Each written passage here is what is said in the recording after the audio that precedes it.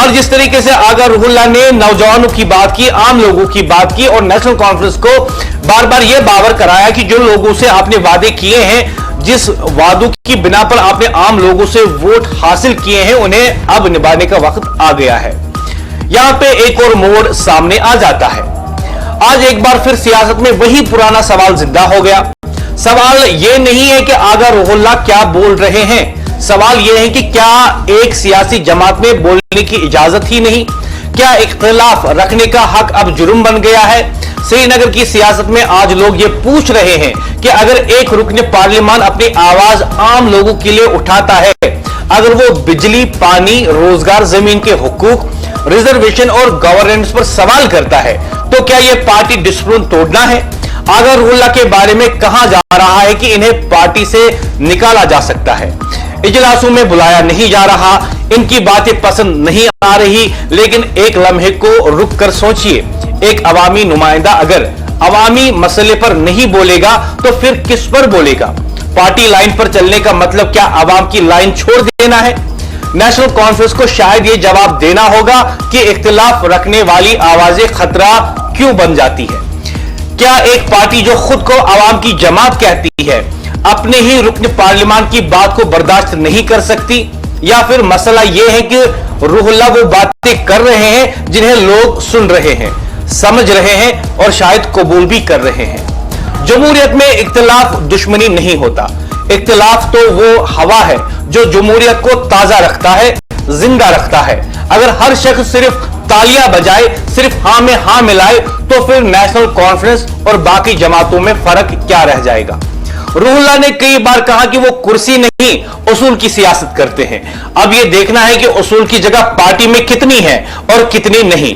सवाल सीधा है, क्या नेशनल कॉन्फ्रेंस में इख्तिलाफ रखने वालों के लिए जगह नहीं रही, या फिर इस जमात में सिर्फ वही बचेगा जिसकी आवाज खामोश है? सवाल सिर्फ आगा रुहुल्लाह का नहीं, यह सवाल कश्मीर की सियासत का है, जमहूरियत का है और हर उस शहरी का है जो यह चाहता है कि इसका नुमाइंदा इससे पहले पार्टी से न डरे बल्कि सच से डरे। अब सबसे अहम सवाल यही है कि क्या नेशनल कॉन्फ्रेंस एक सच की आवाज को, लोगों की आवाज को, यानी आगा रुहुल्लाह की जो नुक्कात है, जो उसके फैसले हैं, जो उनका दबदबा है और जो वो लोगों के लिए बात करते हैं, क्या नेशनल कॉन्फ्रेंस उसको दबाना चाहती है? यानी क्या नेशनल कॉन्फ्रेंस लोगों की आवाज को दबाना चाहती है, या फिर नेशनल कॉन्फ्रेंस वाकई में चाहती है कि लोगों की आवाज उमर अब्दुल्ला के कानों तक पहुंचे, फारूक अब्दुल्ला के कानों तक पहुंचे, काबीना के कानों तक पहुंचे, ताकि लोगों के मसाइल हल हों, लोगों के जो मुश्किलात हैं उनका इजाला हो और लोग जो मांग कर रहे हैं उन मांगों को सरकार पूरी करे।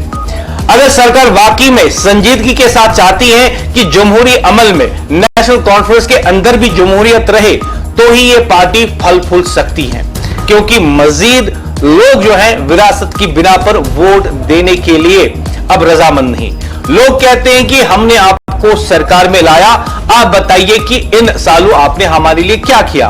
अब आप लोगों से ये कहकर वोट नहीं मांगेंगे कि हमने 20, 30, 40 या 50 साल पहले आप लोगों के लिए ये किया, बल्कि आज का नौजवान चाहता है कि दौर जदीद में उनकी जरूरत को पूरा किया जाए, अवाम की जिंदगी को आसान बनाया जाए और जो चाहे एमएलए हो या एमपी हो, जब वो लोगों की बात करे तो उसकी बात की इज्जत की जाए, न कि उस आवाज को भी खामोश करने की कोशिश की जाए। नेशनल कॉन्फ्रेंस आज एक बहुत बड़े इम्तिहान से गुजर रही है और यह इम्तिहान तय करेगा कि क्या यह पार्टी फली फूलती है या जवाल का